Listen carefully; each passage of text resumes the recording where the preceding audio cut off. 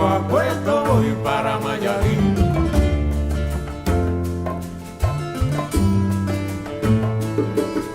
De Alto Cedro voy para Marcané, Yegua puesto voy para Mayarín.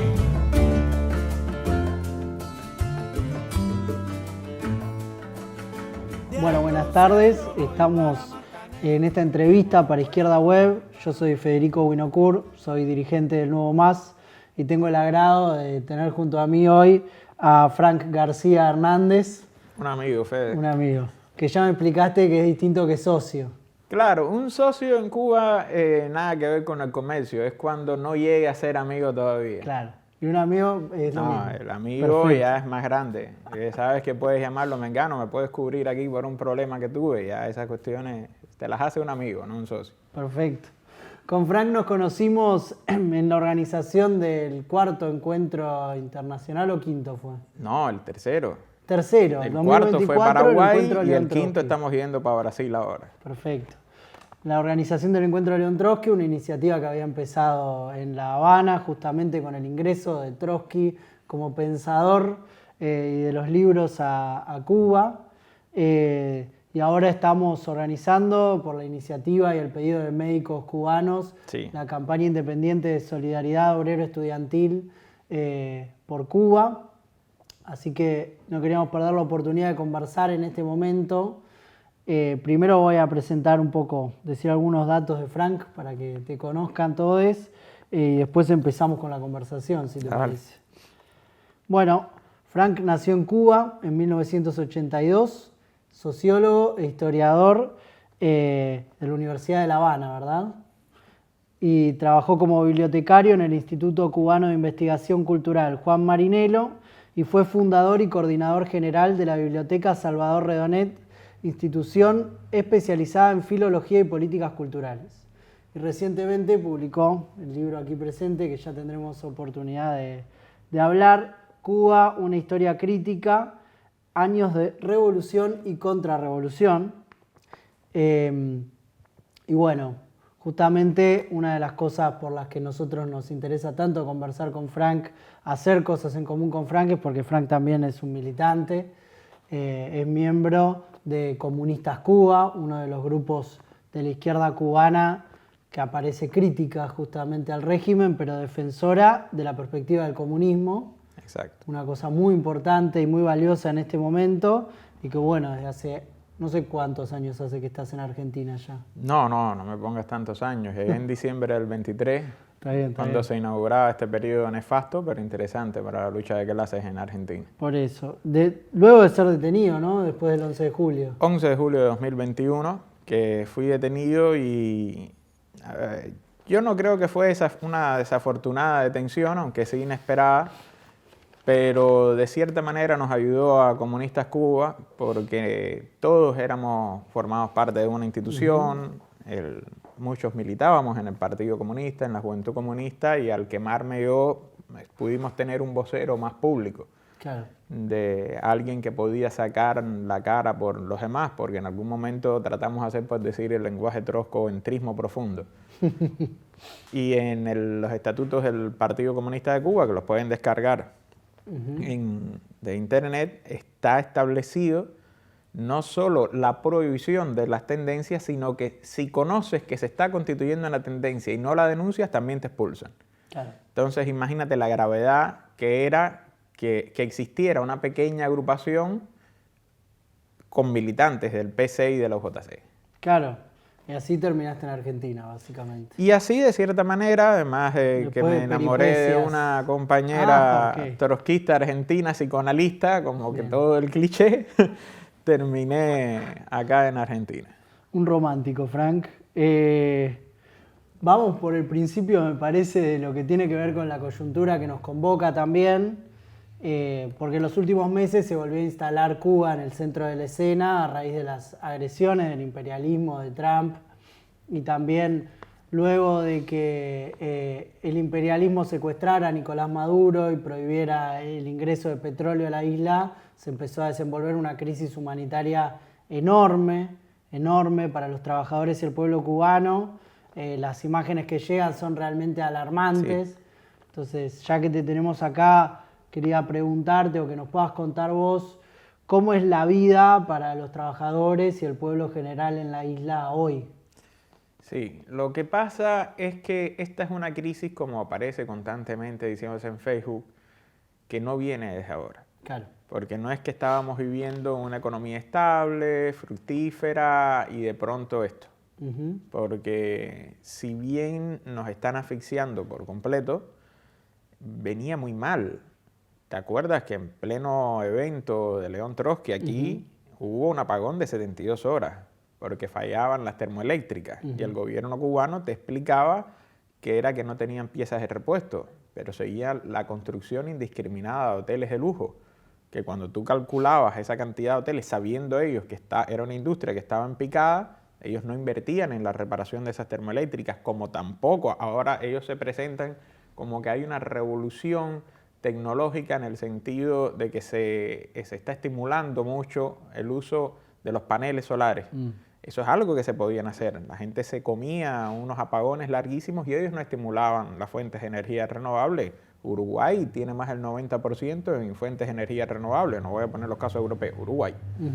Y eso era algo que se podía hacer. Nada más por esa parte, además de que el gobierno de Raúl y Díaz-Canel, que en realidad es el ejecutor de Raúl, de las políticas raúlistas, dejó de usar toda perspectiva de soberanía alimentaria, llegando a importar el 80% de los alimentos y meterlo en el turismo, al punto de que en la crisis del 2021 que provoca el estallido, más del 50% del presupuesto se metía en el turismo. Más del 50%. Y es una industria que va en declive constantemente. Nunca se recuperó los 4 millones de turistas que necesitaba Cuba. Todo esto por la jugada de Obama, que llega en las relaciones 17 de diciembre de 2014 y Cuba, es cierto, salta de 2 millones a 4 millones. Para que la gente tenga un aproximado, imagínense que Argentina recibe anualmente 10 millones de turistas y Cuba estaba recibiendo 4 millones, es decir, casi la mitad. Ahora, te das cuenta de la mala gestión cuando con 4 millones de turistas para Cuba, la economía todavía no estaba estable. Entonces, todo esto conlleva a que ahora, tras el secuestro de Nicolás Maduro y que aparece prácticamente el virreinato de Venezuela, de la subordinación horrenda de Delcy Rodríguez, al punto que va a la India hoy es 5 de junio, y estando en la India también va a visitar al embajador estadounidense. Claro. Nos quita el petróleo y no solamente Venezuela, sino que le sigue uno detrás de otro Sheinbaum, le sigue Petro, Lula, todos los gobiernos disque progresistas de América Latina se retiran y los pequeños estados del Caribe Oriental también expulsan a los médicos cubanos.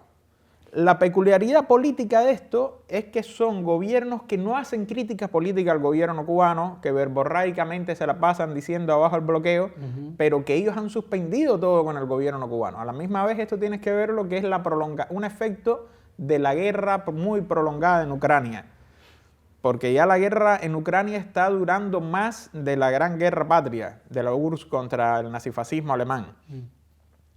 ¿Esto qué conlleva? ¿Por qué aparece Ucrania aquí? Porque Rusia quiere acabar de consolidar que Zelensky firme y diga, sí, ya quédate con los territorios que me has conquistado hasta ahora. Y para eso necesita el apoyo de Estados Unidos. Necesita que Trump le entregue Ucrania, porque Zelensky puede hacerlo. Y ahí estamos asistiendo a una repartición del mundo donde China negocia con Estados Unidos la recuperación de Taiwán, Cuba, Estados Unidos la recuperación de Cuba y Rusia la anexión de Ucrania, mientras que la Unión Europea y el Reino Unido se repliegan. Sí, hay una situación internacional de imperialismo que retoma métodos que parecían perdidos en otro momento. Exacto. Pero bueno, sin dejar de perder de vista que Trump tiene muchos problemas en este momento también, ¿no? Claro, lo cual nos agrava la situación, porque el 3 de noviembre están las elecciones parlamentarias en Estados Unidos. Sí. Entonces, lo que vaya a suceder en Cuba va a suceder antes del 3 de noviembre. Debido a esos problemas que dices tú, eso hace que Trump se encuentre en una situación que como además expulsó y sigue expulsando muchos cubanos por su política migratoria, tiene que ganarse al electorado de la Florida para poder seguir. Hay una presión del sector gusano de Miami. Decimos. Mucho, porque la diferencia de esto con la época Obama es que el gobierno cubano le dijo a Obama, mira, yo no quiero que venga el empresariado cubano-americano. Y en realidad no hacía falta, porque las grandes transnacionales estadounidenses, que era lo que quería el gobierno cubano, que es lo que quiere el gobierno cubano, no son del empresariado cubano-americano. Ahora, Trump ayer lo dijo bien claro, yo me debo al empresariado cubano-americano, que están poniendo mucho dinero y quieren recuperar eso.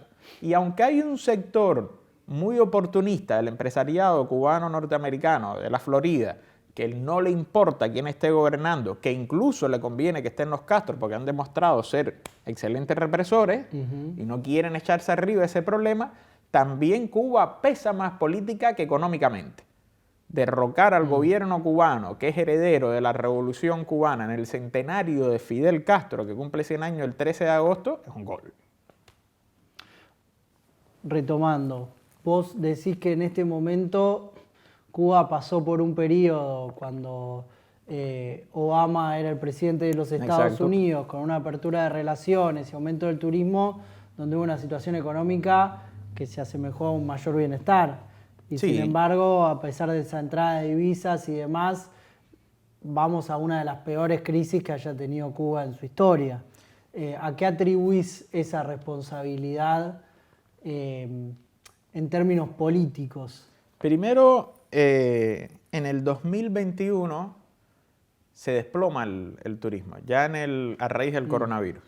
Ya en diciembre de 2019, el entonces ministro de Economía, Alejandro Gil, decía ante el Parlamento cubano que para que en el 2020 Cuba creciera la economía 1% del Producto Interno Bruto, necesitaba 4 millones de turistas y condiciones estables en la economía mundial. El 2020 fue todo lo contrario. Llegó el coronavirus en marzo, se cierran todas las fronteras casi que a nivel internacional y se empieza a desplomar el turismo con una crisis global que superó incluso a la crisis de los 30.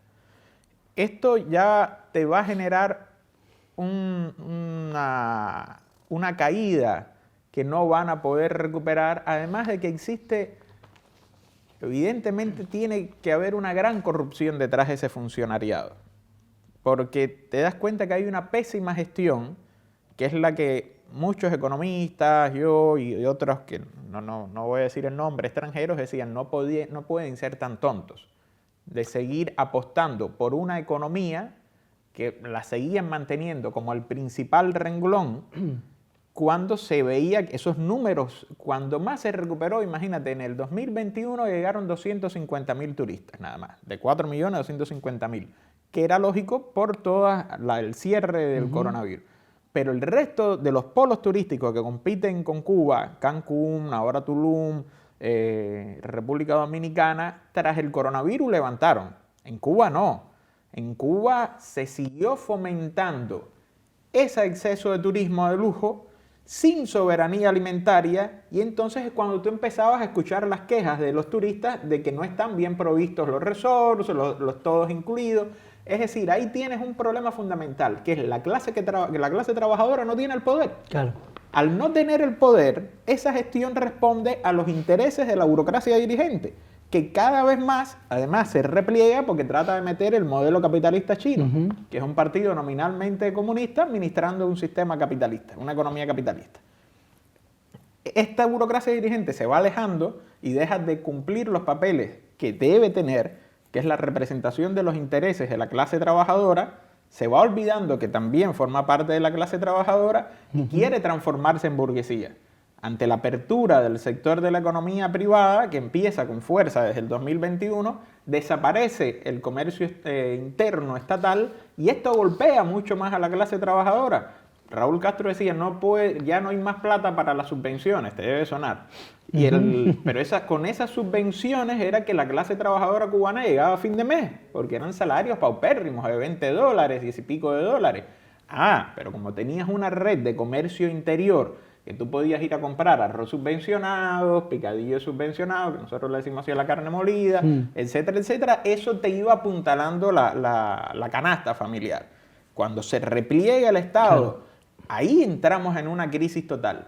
¿Qué es lo que falla? La clase trabajadora nunca se va a recortar. La clase trabajadora se va a apoyar. Cuando tú entras a las redes sociales, es una disonancia cognitiva muy interesante. Ves a trabajadores cubanos pidiendo la intervención yanqui, lo puedes ver en los comentarios de amigos míos cubanos, porque quieren tener salarios dignos. Es decir, le están pidiendo al capitalismo que cumpla el rol del socialismo. Ellos te dicen, yo no quiero saber nada de la izquierda, yo no quiero saber nada del socialismo, yo quiero salarios dignos. Y eso solamente se puede hacer devolviéndole las empresas a los estadounidenses cuando se las quitaron en el 60. Así por lo claro. Claro. ¿Tú le dirías a pedir salario digno a Milei? No, seguramente no, pero... Obvio que no. Obvio, aparece un debate que para mí es interesante en el marco de... Bueno, también el libro, me tomo el atrevimiento de buscar un pasaje de lo que escribiste vos. Me parece interesante en esta reflexión, porque vos, en capítulo 9, decís justamente, ese fue el caso de la Revolución Cubana. Se transformó en revolución socialista, por tanto comenzó la construcción del socialismo, desapareció la burguesía, o sea, la clase explotadora, pero no implementó la democracia socialista, la clase trabajadora controlando las decisiones del gobierno, y por tanto no logró alcanzar el socialismo. Me pareció importante traerlo. ¿Eso qué página es? Página 70. Claro, porque tengo un debate con Fernando Ramírez, un psicoanalista, que me dice que yo no dejé aclarado eso en el libro y ahora yo decía, Mirá, a mí me parece que yo había aclarado claro, el ese secretario, tema, página Frank. 70. No, es que me pareció importante traerlo porque es verdad, hay un debate actual importante sobre las perspectivas del sistema que en realidad a nivel global es el capitalismo el que aparece como un fracaso total y completo, que no le da perspectiva a la juventud, no le da perspectiva a un montón de sectores.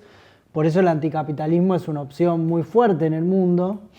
Y el debate sobre Cuba me parece que es muy importante porque justamente hay quienes quieren hacerlo parecer como el fracaso de la perspectiva socialista, Exacto. el fracaso del comunismo, y efectivamente es valiosa la reflexión que vos hacés.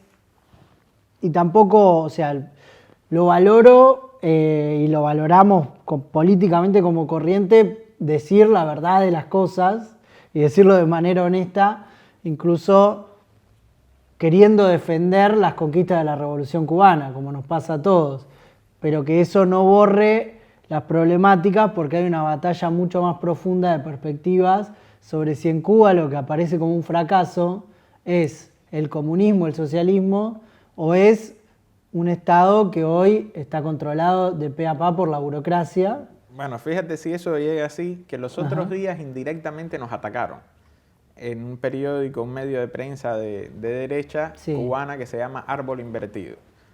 Un tipo, que ahora se me olvida el nombre, escribe, hay un intelectual y un grupo de izquierda cubana que se la pasa diciendo que esto no es socialismo y eso es peligroso porque quieren entonces traer el socialismo a Cuba otra vez.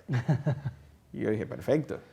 Si somos peligrosos, si este tipo y esta gente se está preocupando por eso, es porque saben que si yo le digo a la clase trabajadora, como le decía a los muchachos que cayeron detenidos conmigo el 11 de julio, mira, esto no es socialismo. Socialismo es esto, donde ustedes son los que van a salir beneficiados, donde ustedes son los que van a tener el poder, se les jode la restauración capitalista. Ese es el ligero detalle. Y por eso yo insisto tanto ahí en esto que acabas de decir. Eso no es socialismo, no se logró la consumación del socialismo. Porque una de mis grandes preocupaciones es qué impacto político va a tener, qué impacto ideológico o desmovilizativo tendrá dentro de la izquierda latinoamericana la caída de Cuba. Que es, yo diría, por primera vez casi inminente, porque se han ido las grandes transnacionales, la caída del gobierno cubano, ojo. Se han ido las grandes transnacionales del turismo, Meliá, Iberoestar, han dejado 3, 4 hoteles nada más en Cuba. Ya no puedes usar Mastercard, no puedes usar Visa, es decir, el turista no puede usar nada. Se fue la naviera Japac, se fue la naviera MAC, cómo van a empezar a llegar los alimentos a Cuba cuando importas el 80%, es una de las, son de las dos grandes transnacionales que hay. No llega combustible, hay un cerco inmenso con un descontento político total, Un descontento muy con grande. una burocracia que no confía en la clase trabajadora, porque en los 60 mi abuelo panadero estaba con un FAL que le había dado la revolución cubana en la cocina diciendo yo quiero que vengan los yanquis para entrarles a tiro. Aquí te encuentras carteles pidiendo la intervención yanqui y te encuentras protestas de las que hemos hablado varias veces que lanzan consignas anticomunistas, pero cuando saquean la farmacia y el supermercado, reparten. Sin embargo, por lo que uno puede leer en medios, vos lo nombrás también, por ejemplo, medios que tienen una pata independiente y una pata más o menos, como On Cuba, La Joven Cuba. La Joven Cuba, hay una preocupación muy grande alrededor de si efectivamente puede ser una salida, una intervención norteamericana desde el punto de vista de no perder la independencia nacional. Claro, De es no volver a un ahí, estatus colonial. ahí viene un grave problema. Ahí te encuentras, por ejemplo, a mi amiga Julio César Guanche, te puedes encontrar a Caloyán Santos, marxista, fotógrafo que está radicado aquí en Argentina. Te puedes encontrar incluso al controversial Rafael Hernández.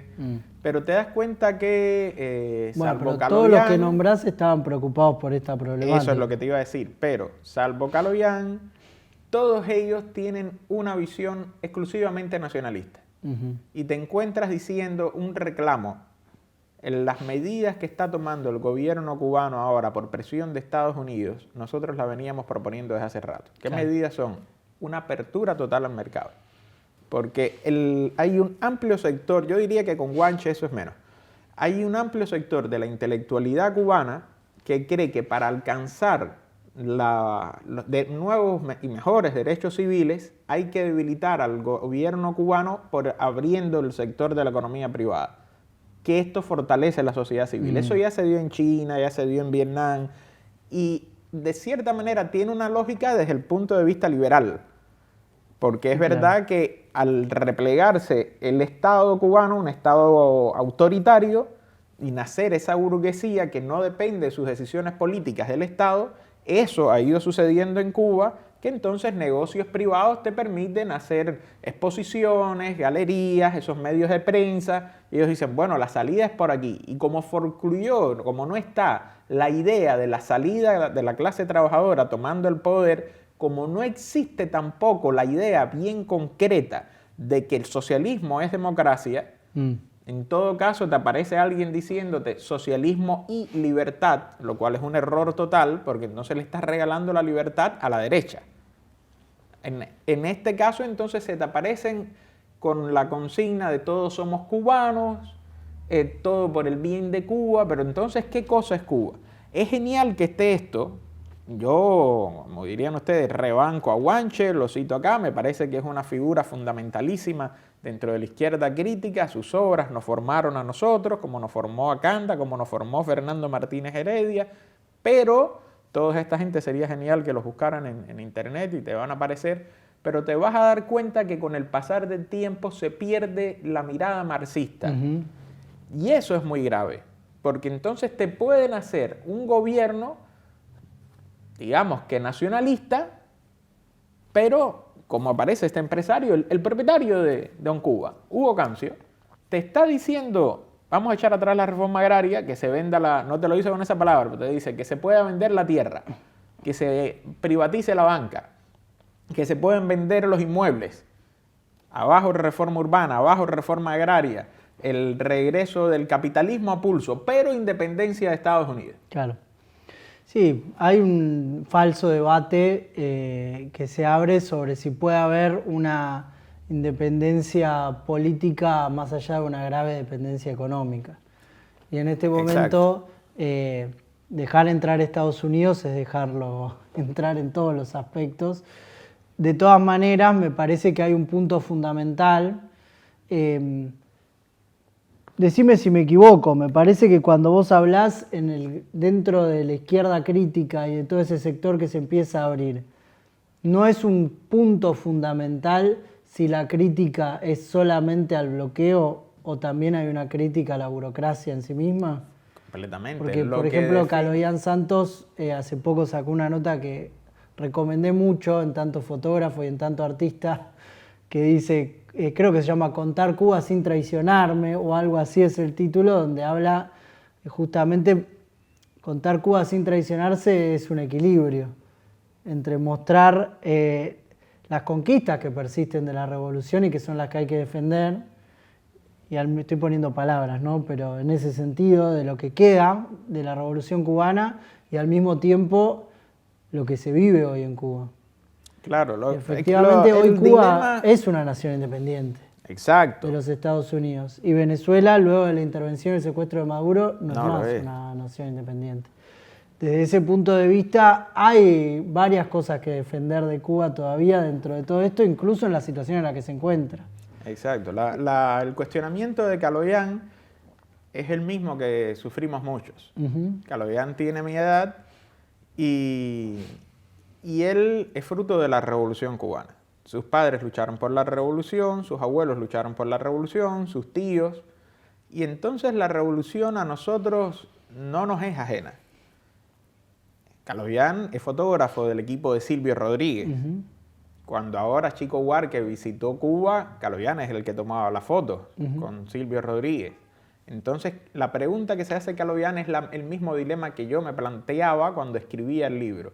¿Estaré traicionando a quienes yo les estoy dedicando ese libro? Luis Eusebio González García es el tío que me forma a mí, Ujú. torturado por Batista por ser comunista. Guillermo Hernández es mi abuelo miliciano que me forma políticamente. Todos los que están ahí presentes son gente de mi familia más cercana que me formaron políticamente. Y entonces la pregunta que venía era, estas críticas que yo estoy haciendo, ¿traiciono o no traiciono con esto? Porque son décadas de formación política. Ustedes la tienen mucho más fácil porque ven la revolución cubana desde afuera. Claro. Pero yo mismo me doy cuenta que ahora, cuando publiqué el libro de Rubén Cartier, que yo podía decir cosas de, por ejemplo, Menem en los 70, que a ustedes les afecta, les pasa el afecto. Menem es el presidente neoliberal.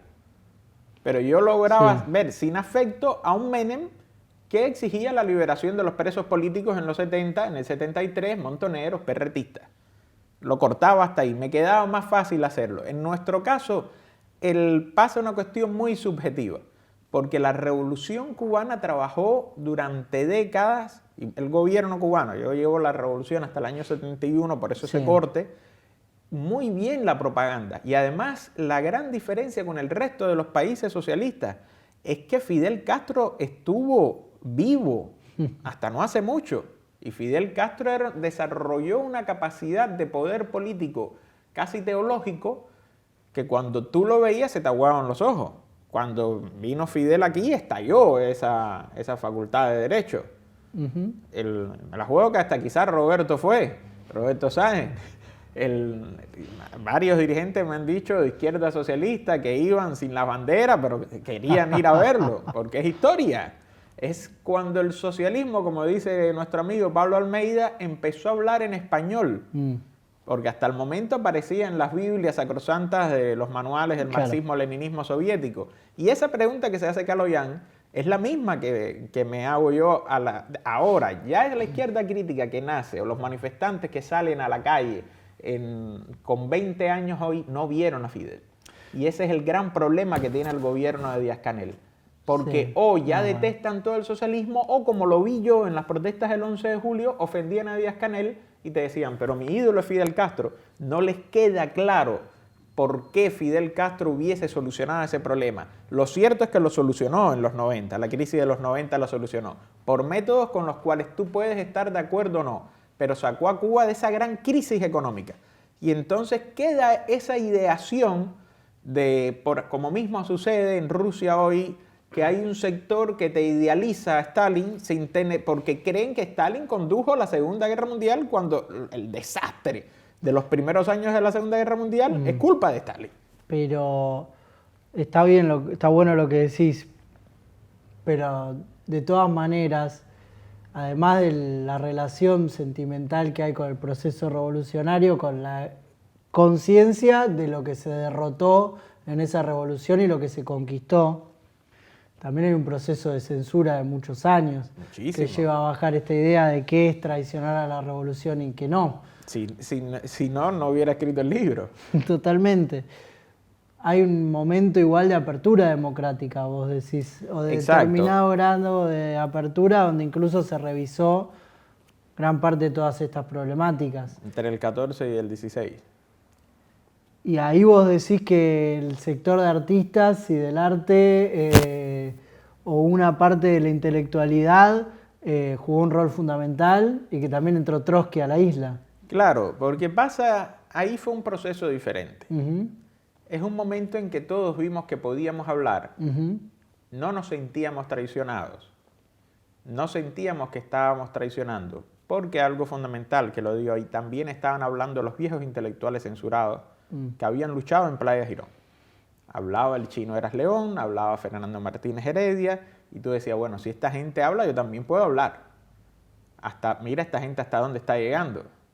Y esta gente te daban cobertura para poder hablar. Ahí es cuando yo puedo hacer la tesis de la historia del trotskismo cubano, que el discurso oficial lo llevaba hasta el año 35.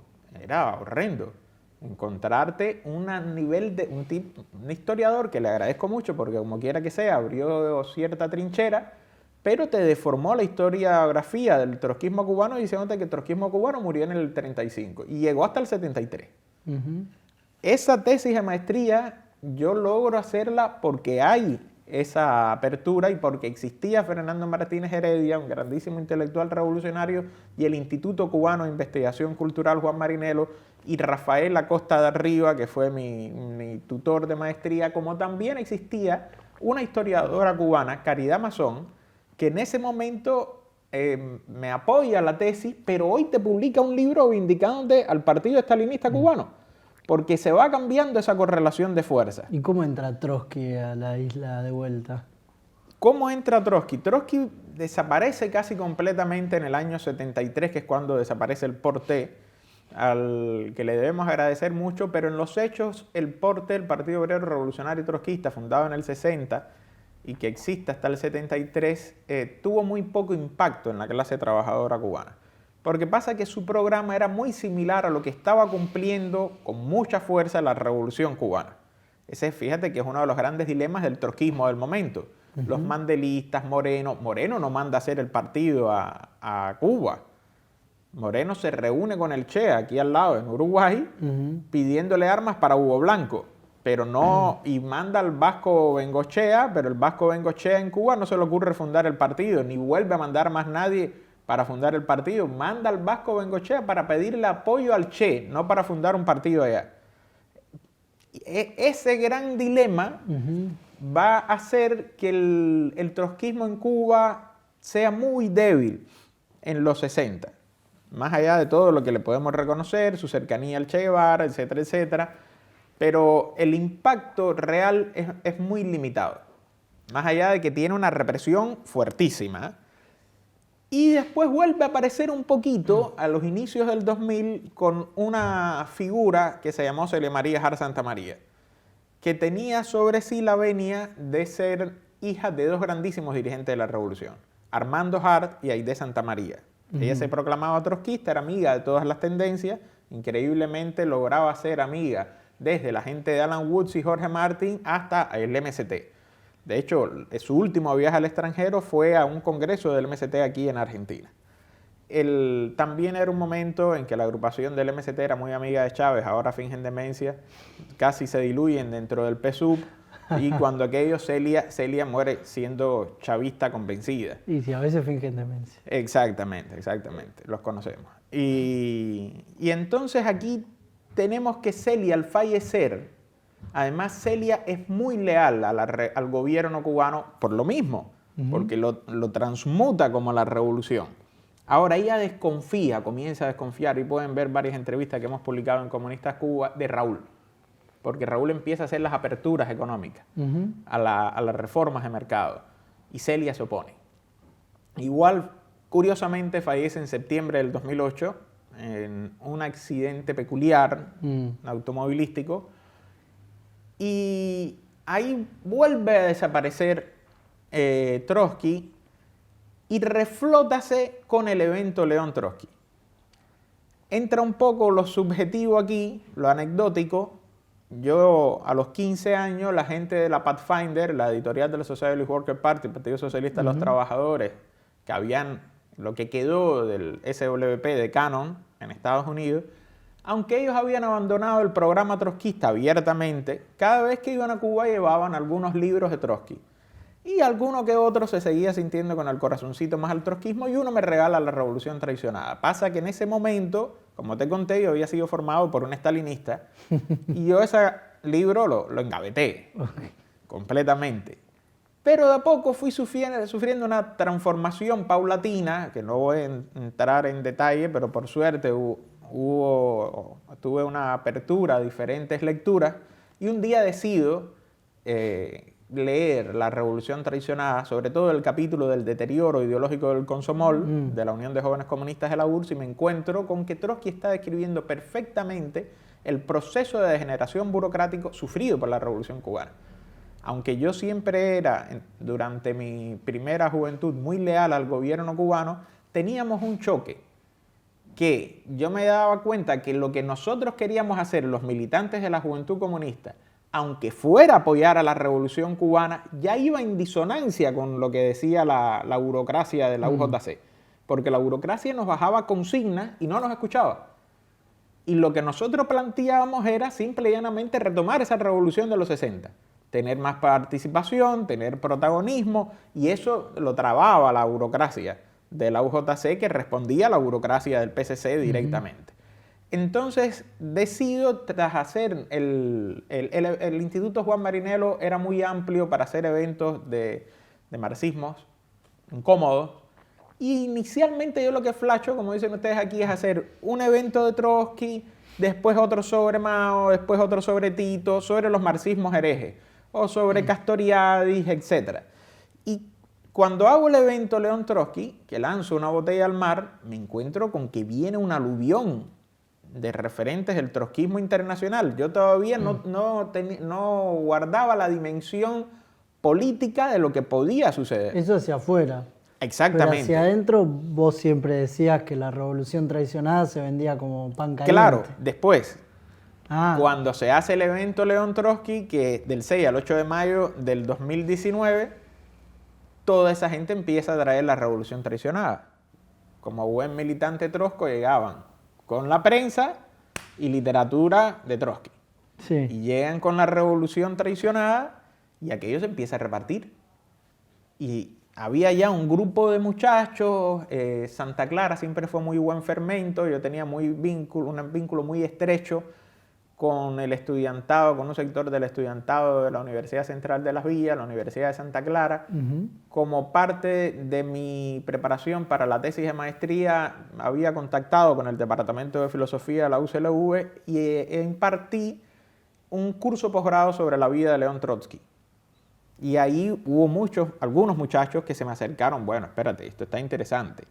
Previo a la tesis de maestría, previo al evento León Trotsky. Es decir, cuando ya yo hago el evento de León Trotsky, hay un pequeño grupo que le está llamando la atención a aquello. Claro.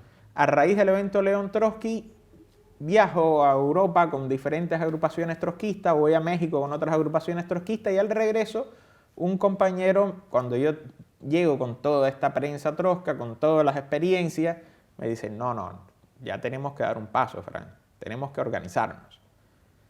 Claro, porque empiezan a ver algo que a mí me impactaba, de llegar yo a las 10 de la noche al local de un partido, porque me quedaba en la casa de los compañeros, y a las 10 de la noche estaban discutiendo a Alexandra Kollontai. Estaban leyendo la prensa del partido y yo decía, esto es imposible en Cuba poder hacer esto, que te citen a la UJC a ponerte a debatir un documento del partido. No te lo hacen ni en pedo. ¿Y por qué? Por la desmovilización política que había generado la burocracia. Las reuniones del PCE son, como dicen ustedes, un embole total. Porque es discutir el documento que escribió el PCC, que no tiene nada que ver con la realidad de ustedes. Porque a lo mejor ustedes sí tienen que discutir el libro que escribió Roberto Sáenz, pero Roberto Sáenz tiene la realidad aquí. O lo que escribiste tú, o lo que se debatió Ramiro Manini en Crónica, o no sé qué. Pero están hablando de la posta cotidiana, no de un peo que se tiró un viejo chocho que no tiene nada que ver con nosotros. Claro. Entonces, en ese momento empieza una disociación muy grande. Cuando empieza esto, ya te digo, en los 70. Ahora, cuando llega la revolución traicionada con el evento de León Trotsky, cuando nos constituimos como una organización clandestina, el 10 de enero del 2020, allá en Santa Clara, que prevíamos un proceso de restauración capitalista, pero no tan violento, que fíjate, al nacer nosotros va a coincidir con todo el proceso de apertura al libre mercado. Llega además esa doctrina del shock, tomándole la palabra a Naomi Klein, que aplica al gobierno cubano cuando dice no podemos seguir así. En pleno coronavirus se mete el paquetazo de la tarea de ordenamiento, el 1 de enero del 2021. Y en abril del 21 se hace un congreso del Partido Comunista de Cuba diciendo que es el triunfo y la victoria. Y les explota el 11 de julio en la cara. Entonces Trotsky entra 6-8 de mayo de 2019, a partir de ahí empieza a correr y sí, como dices tú, la revolución traicionada empezó a insertarse. Pasa que viene después una gran represión, porque el gobierno cubano se encuentra que ese fermento que había hecho del 14 al 16 le estaba costando muy caro, que ya lo hace no de buena onda, como dicen acá, sino porque era una moneda de cambio con Estados Unidos. Con Trump, al llegar Trump, no tengo necesidad de por qué seguir la apertura. Puedo empezar a arrancarle a la cabeza de los intelectuales críticos y empieza el exilio voluntario o involuntario de los intelectuales de la izquierda crítica, que llega el momento en que ya se pasa de la censura a la detención, al encarcelamiento, a la persecución, y esto es lo que va a llevar a que tengamos grandes golpes dentro de la izquierda crítica. Bueno, muy interesante. Creo que surca toda esta idea de la democracia obrera, la clase trabajadora en el poder, y me lleva a pensar justamente que, bueno, hace poco salió la edición del marxismo y la transición socialista en portugués, en Brasil, la editorial Boitempo, una editorial muy prestigiosa, marxista, y vos escribiste la presentación que sale en la oreja del libro. Te quería preguntar en torno a esto, ¿por qué vos decidiste hacer esa presentación también para el libro del marxismo y la transición socialista? Cuando Roberto me hace la invitación, Roberto Sáenz, confieso que en primera instancia me puso en una posición difícil, porque aunque me parece un libro fundamental, no concuerdo con las tesis de revolución anticapitalista, de Estado burocrático. Y yo dije, bueno, no puedo ponerme a polemizar en la contratapa. Le escribí a Der Taube, al compañero de Izquierda Web, y le dije, mira, te prometo una reseña, porque el libro de Roberto Sáenz no es un libro que puedes reseñar como una novela corta, sino que implica una polémica real si no estás de acuerdo en su totalidad. No es que voy a decir todo está genial, que todo está genial, pero tenemos puntos de vista diferentes. Claro. Esa es la gran diferencia del estalinismo. El estalinismo te dice, eres una porquería porque tienes un punto de vista diferente. Ni siquiera le importa que los dos sean marxistas. Y cuando agarro el libro y digo, bueno, me siento, que ya lo había leído varias veces, digo, bueno, de hecho, ¿sabes dónde andaba? Andaba en el auto de mi compañera, en el auto de Claudia, para arriba y para abajo, me lo ponía a leer a veces. Y me encuentro con la siguiente pregunta, ¿qué valor tiene el libro de Roberto? Porque la contratapa es una cosita así. ¿Qué valor tiene el libro de Roberto?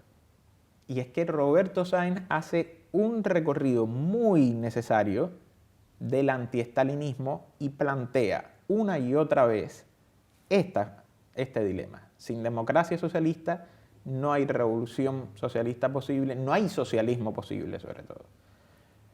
Aparece Yasser Couron, pone a Castoriadis, pone una serie de representantes del marxismo herético que son necesarios para apuntalar la idea hoy.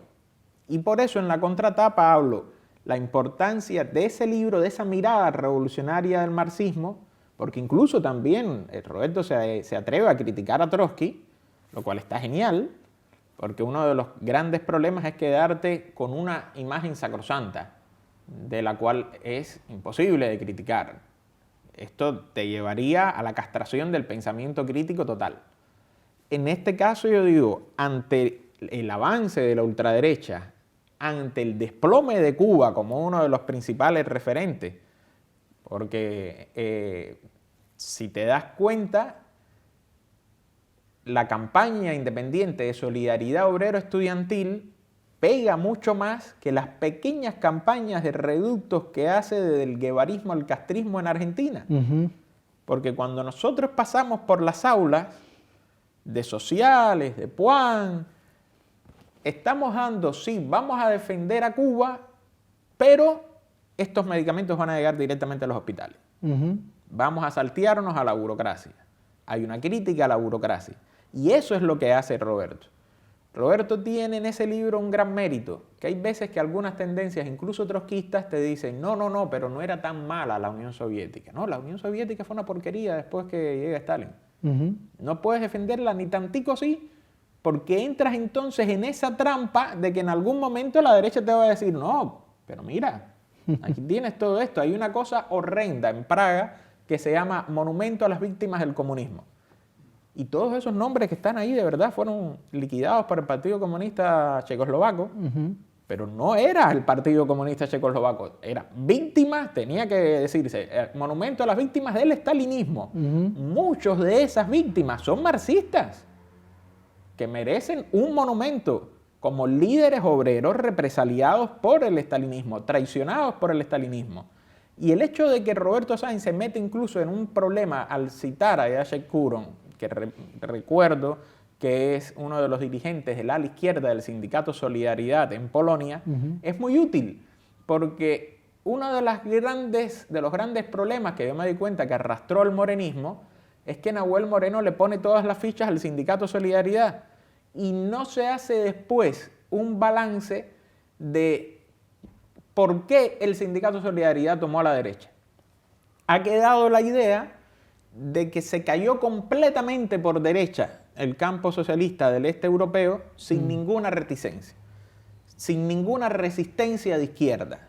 Nadie propuso un programa socialista en esos países. Y por eso yo machaco tanto una y otra vez en ese libro, en otro que estoy preparando. Hay una pequeña resistencia de izquierda, aunque sea mínima en Cuba, porque tiene que proyectarse hacia el extranjero, que es lo que nosotros decimos una y otra vez. Una de las principales características que tiene Comunistas Cuba, que cuando tú entras, constantemente hay una imbricación con las luchas internacionales.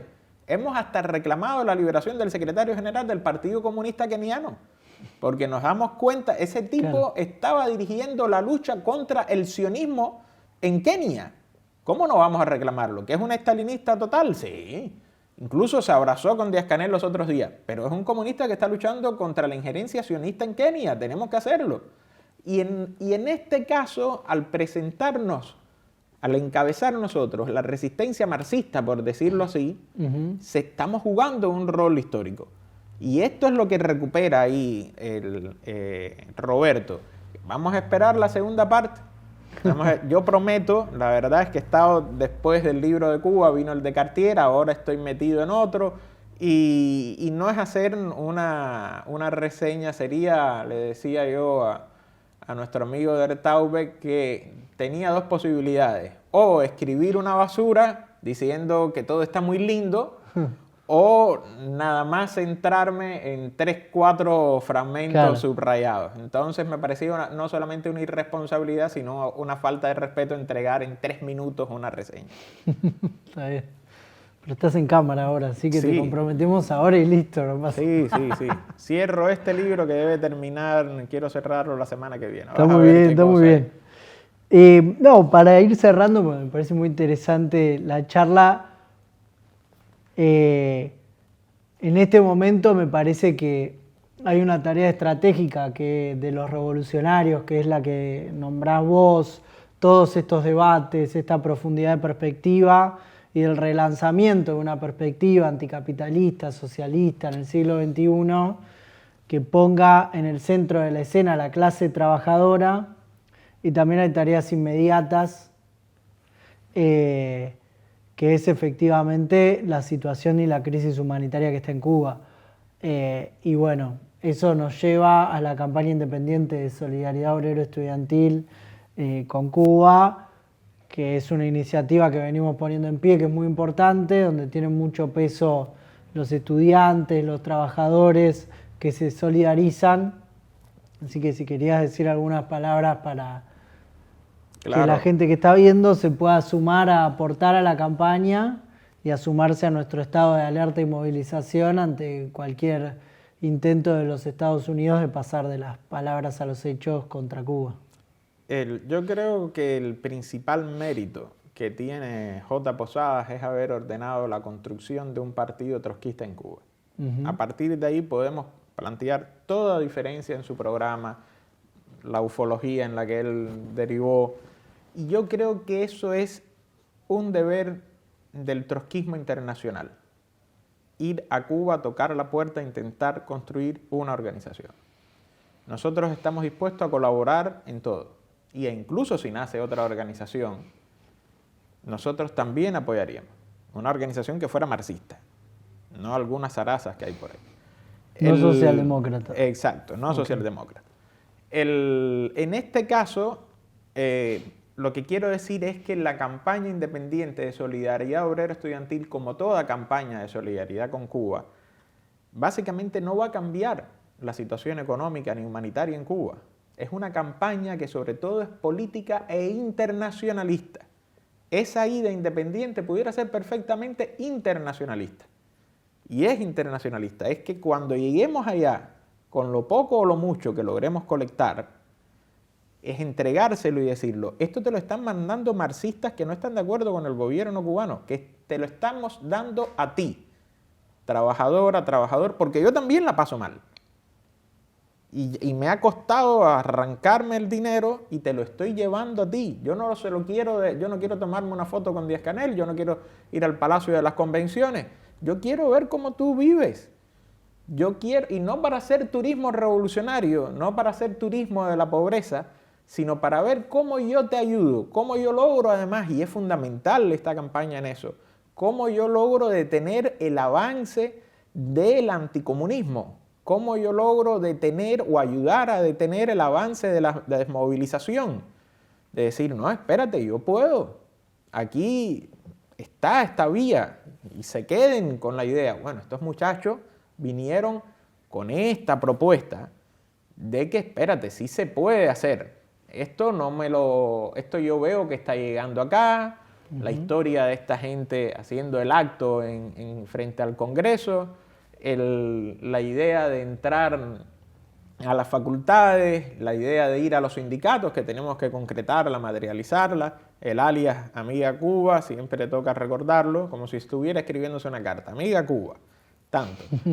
Y una serie de actividades que vamos a tener que concretar, ya sea por redes sociales y demás, pero sobre todo pensando esto, sobre todo pensando también que por primera vez el destino de Cuba es casi impredecible, porque como dices tú, las medidas, la agresión ha llegado con fuerza en lo económico, es una asfixia total de hasta 2 días sin electricidad, sin agua, sin gas, amigos que están cocinando con carbón, con leña, y no porque están haciendo un asado el domingo y se están reuniendo, sino que para lo cotidiano tengas que llegar agotado de tu casa con un salario miserable, no hay agua, no hay luz y tienes que empezar a cocinar con carbón cuando nunca lo has hecho en tu vida. No eres el campesino del siglo XIX que estaba acostumbrado a eso. Eras, en este caso que estoy pensando, un cineasta que jamás tocó en su vida un saco de carbón y tiene que empezar a aprender esto, un retroceso de más de un siglo. Claro. De más de un siglo. Y esto sumido no en el apoyo total al gobierno cubano, sino un gobierno que te hace un acto político frente a la embajada de Estados Unidos y no habla al mandatario, no habla a ningún dirigente de la revolución. Ponen a un trovador con una guitarra y un cuerpo de baile y se acabó. Cuando tú ahí tienes que llamar, convocar a la clase trabajadora, decirle, esto que vas a defender es tuyo, lo que no pueden hacerlo porque saben que la clase trabajadora no tiene ya que defender. Mi madre estuvo recientemente acá y me costaba mucho trabajo convencerla de que este sistema está mal. Porque me decía, estoy cocinando sin cortes de electricidad, tengo agua, no hay basura en las calles que cortan a veces hasta la calle por la basura.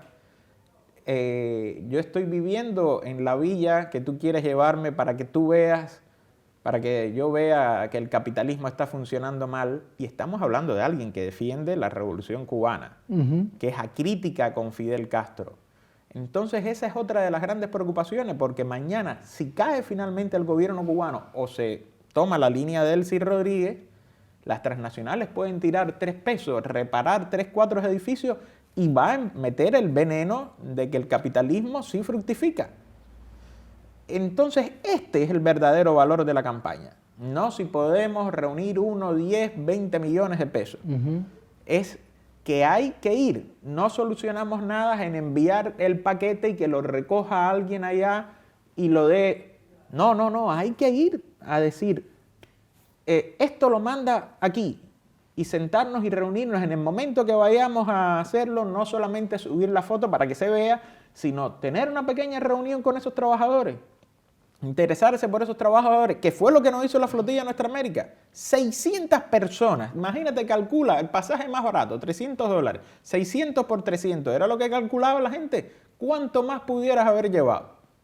Tú veías el avión de Estados Unidos que iba para Cuba, todo el mundo contento, festejando. Era como si estuvieras yendo a hacer turismo, como si no fuéramos tú y yo para Varadero.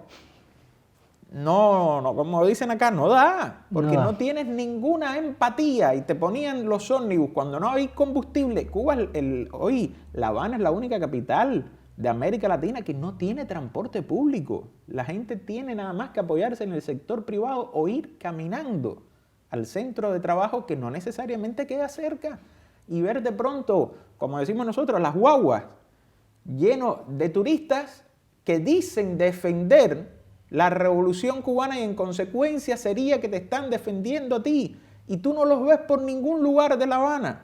No los ves. Y lo que te llega es una lata de atún por núcleo, por familia. Eso nosotros tenemos, si no podemos detenerlo, al menos plantar una bandera y decir, la campaña independiente de solidaridad obrera estudiantil es contigo, trabajadora, trabajador, no con la burocracia dirigente.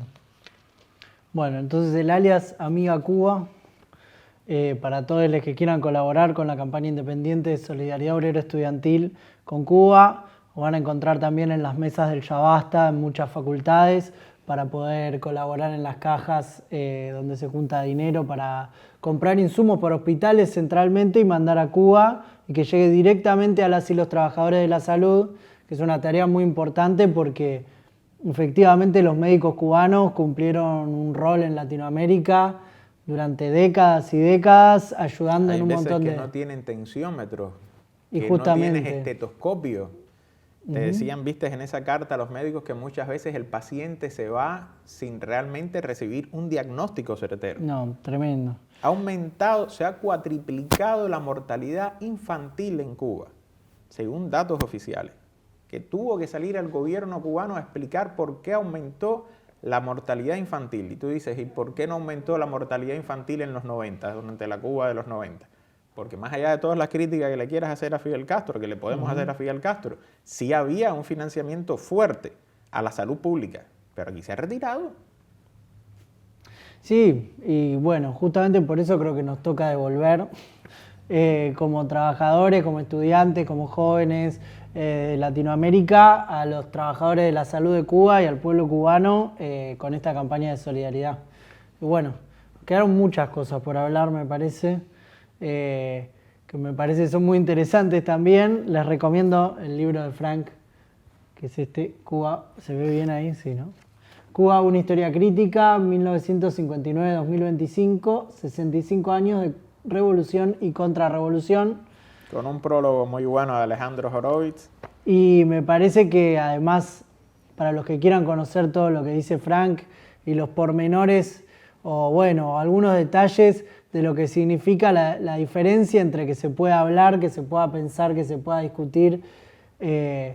No llegamos a hablar del proceso por el matrimonio igualitario en Cuba, que es interesantísimo. No llegamos a hablar de cómo fueron esos años en Santa Clara. Un montón de cuestiones que me parece son muy importantes. Les recomiendo leer el libro también para eso. Ahí quizás, si aparece, recientemente apareció una reseña del libro en la revista del Centro de Estudios de la Historia de los Trabajadores y las Izquierdas, el CETI, y hacía muy buena la reseña, entre otras cosas porque señalaba también algunas falencias del libro, algunas ausencias, y quiero decir en la defensa del libro que, aunque es yo diría, la mejor editorial independiente de Argentina, Marea Editorial, es una editorial independiente y teníamos que luchar con el tema del tamaño del libro.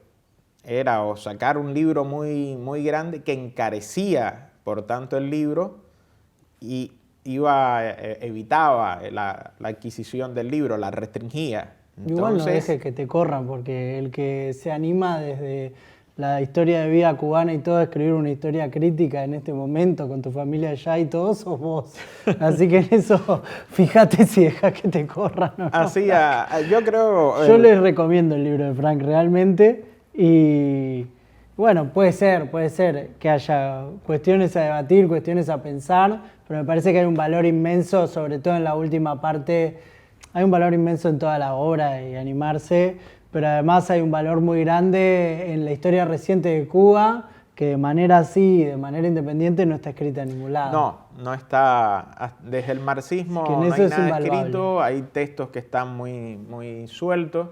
En este caso, llegar hasta ahí, de hecho, se van a dar cuenta que hay dos epílogos. Está el epílogo que estaba pensado y de pronto le tengo que decir a la editorial, gente, hay que meter un segundo epílogo porque si no nos vamos a quedar. Eso puede ser. Bueno, gracias, Frank. Un placer tenerte acá. Nos estamos Te prometemos que entonces. vamos a abrir la librería. Y bueno, esperamos tu reseña del marxismo y la transición socialista y nos vemos... Según Frank, viajando todos los trotskistas a Cuba para llevarla... Para septiembre o octubre. Vamos a ver, ojalá pueda ir yo también.